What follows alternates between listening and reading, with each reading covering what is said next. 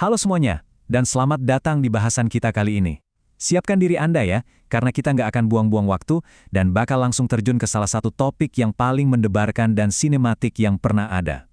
Kita akan membedah deskripsi super mengerikan tentang detik-detik terakhir alam semesta, langsung dari teks-teks dan teologi Islam. Ini bukan cuma cerita klise tentang akhir zaman loh, ini adalah deskripsi tentang kehancuran kosmik dalam skala yang, wow, hampir di luar nalar manusia. Oke, mari kita langsung selami ini. Skala kehancuran yang digambarkan di teks ini benar-benar membengkokkan pikiran kita. Bayangkan saja, teks-teks Islam ini mendeskripsikan sebuah momen ketika trompet atau sangkakala ditiupkan dan bam, pada detik itu juga semua hal yang kita kenal berakhir. Coba bayangin lihat langit di atas Anda digulung begitu saja, layaknya kertas usang, dan gunung-gunung, struktur fisik paling kokoh di bumi ini, tercabut dan hancur jadi debu yang berterbangan tertiup angin, semuanya benar-benar musnah. Masuk ke bagian pertama. Awal dari kehancuran total. Secara objektif, kejadian ini di-framing bukan cuma sekedar bencana alam maha dahsyat, tapi sebagai kematian harfiah dari seluruh kosmos. Persis seperti waktu kematian yang sudah ditetapkan untuk setiap manusia. Pertanyaannya sekarang, seberapa dekat sih hari yang super mengerikan ini? Apakah 10 tahun lagi? 100 tahun lagi?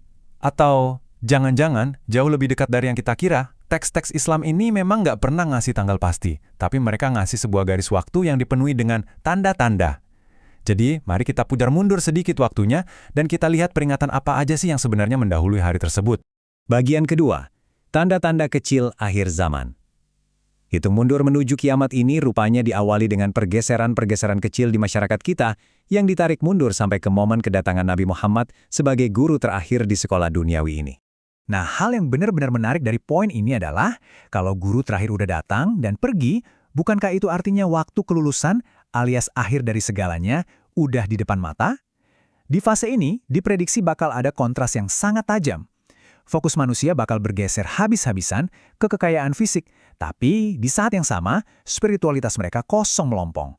Kita bakal melihat tempat-tempat ibadah dibangun luar biasa megah, kubahnya menjulang tinggi, ornamennya mahal banget. Tapi secara batinnya, kosong, hatinya jauh dari Tuhan. Ini ibarat kehancuran dari dalam sebelum fisik alam semesta ini benar-benar dihancurkan. Dan kemerosotan moral ini terjadi dengan sangat-sangat cepat. Al-Quran cuma jadi pajangan. Ibadah harian ditinggalkan begitu aja.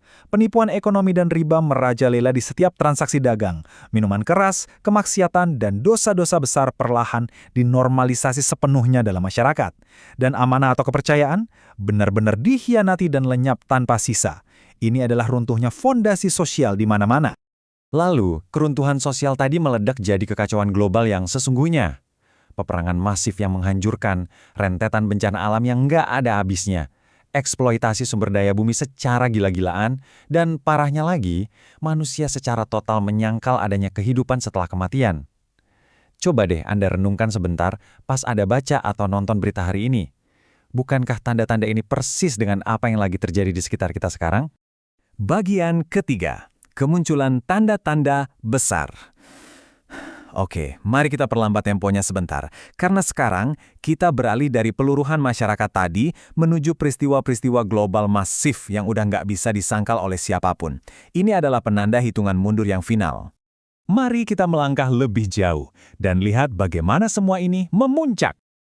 Biar kita paham struktur lore epic ini, kita harus memetakan progresi kronologisnya secara hati-hati. Kita bakal melihat urutan dari kemunculan makhluk misterius, lepasnya entitas perusak massal, ujian fitnah paling besar dalam sejarah, sampai puncaknya pertempuran teologis antara kebenaran dan kebatilan.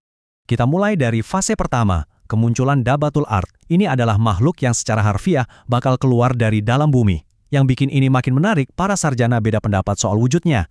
Apakah ini beneran hewan buas raksasa? Atau jangan-jangan ini merujuk ke organisme super kecil perusak, kayak virus mematikan gitu? Tapi apapun wujudnya, misinya satu, menyingkap kebenaran langsung di depan muka manusia yang dulu suka mengabaikan teks-teks suci.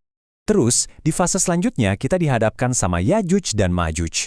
Ini adalah bangsa perusak yang sangat ekstrim. Sampai-sampai di masa lalu, mereka ini harus dikurung di balik sebuah tembok atau benteng kuno. Nah, hancurnya penghalang kuno ini adalah sinyal kalau waktu final yang sudah ditentukan itu benar-benar udah tiba. Pas mereka lepas, mereka bakal nyapu bersih semuanya dan bikin kekacauan global yang belum pernah ada presidennya. Dan persis di tengah kepanikan massal itu, muncullah Dajjal, sang Mesias palsu. Perlu dicatat, Dajjal ini mewakili sesuatu yang jauh lebih besar dari sekedar satu individu yang licik. Ini adalah sebuah sistem penipuan global yang supermasif. Dajjal bakal mencampur adukan realitas sedemikian rupa, sampai-sampai kebohongan itu kelihatan sangat masuk akal dan menggoda, sementara kebenaran malah terasa aneh dan asing banget. Ini adalah ujian puncak buat kesadaran umat manusia. Jadi di titik ini, dunia itu lagi gelap-gelapnya. Di satu sisi, kita punya puncak penipuan global dari Dajjal yang menyesatkan akal sehat, tapi di sisi lain, muncullah Imam Mahdi, seorang pemimpin yang memang ditakdirkan untuk membawa kembali keadilan ke dunia yang udah terlanjur rusak dan dikuasai kezaliman ini. Kontrasnya benar-benar tajam. Dan ini dia klimaks teologisnya, momen yang luar biasa epik. Turunnya kembali Nabi Isa atau Yesus dari langit. Beliau turun bukan sebagai nabi baru, melainkan sebagai hakim yang adil. Di titik ini, Nabi Isa bakal beraliansi dengan Imam Mahdi dan secara dramatis menghancurkan Dajjal beserta seluruh pengaruh penipuannya selamanya. Setelah klimaks itu, semuanya masuk ke tahapan absolut yang paling akhir. Coba bayangkan situasinya. Bumi tiba-tiba diselimuti kabut asap tebal atau duhan selama 40 hari penuh. Gelap, sesak. Lalu, terjadilah anomali kosmik yang mustahil. Matahari tiba-tiba terbit dari arah barat. Dan tepat di detik matahari itu muncul dari ufuk yang salah, pintu pertobatan disegel rapat-rapat selamanya. Ujian sudah selesai. Iman mendadak di detik itu udah nggak akan diterima lagi.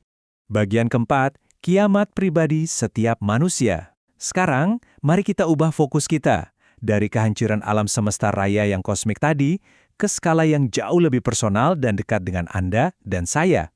Jadi, poin krusialnya di sini adalah dari semua bahasan soal bintang jatuh atau trompet kosmik tadi, ada sebuah pesan mendalam tentang mortalitas kita.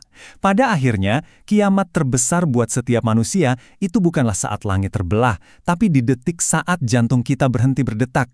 Kematian kita sendiri itulah awal dari kiamat kita. Ada satu peringatan yang menurut saya benar-benar nampar kesadaran kita. Buat apa kita konyol-konyolan nunggu langit beneran runtuh dulu baru mau berubah, sementara timer personal kita masing-masing itu udah terus berdetak mundur sekarang juga. Tanda-tandanya udah ada di setiap detik yang berlalu di hidup kita. Dan itu membawa kita pada pertanyaan penutup hari ini. Sebuah pertanyaan yang ingin banget saya tinggalkan buat Anda renungkan. Kalau memang akhir itu sudah pasti, pertanyaannya, apa yang sedang Anda lakukan hari ini juga untuk mempersiapkan diri menghadapi akhir tersebut? Gak perlu nunggu matahari terbit dari barat untuk mulai melangkah. Terima kasih banyak udah ngikutin bahasan kita kali ini. Semoga wawasan ini ngasih perspektif baru buat Anda. Dan sampai jumpa di pembahasan kita selanjutnya.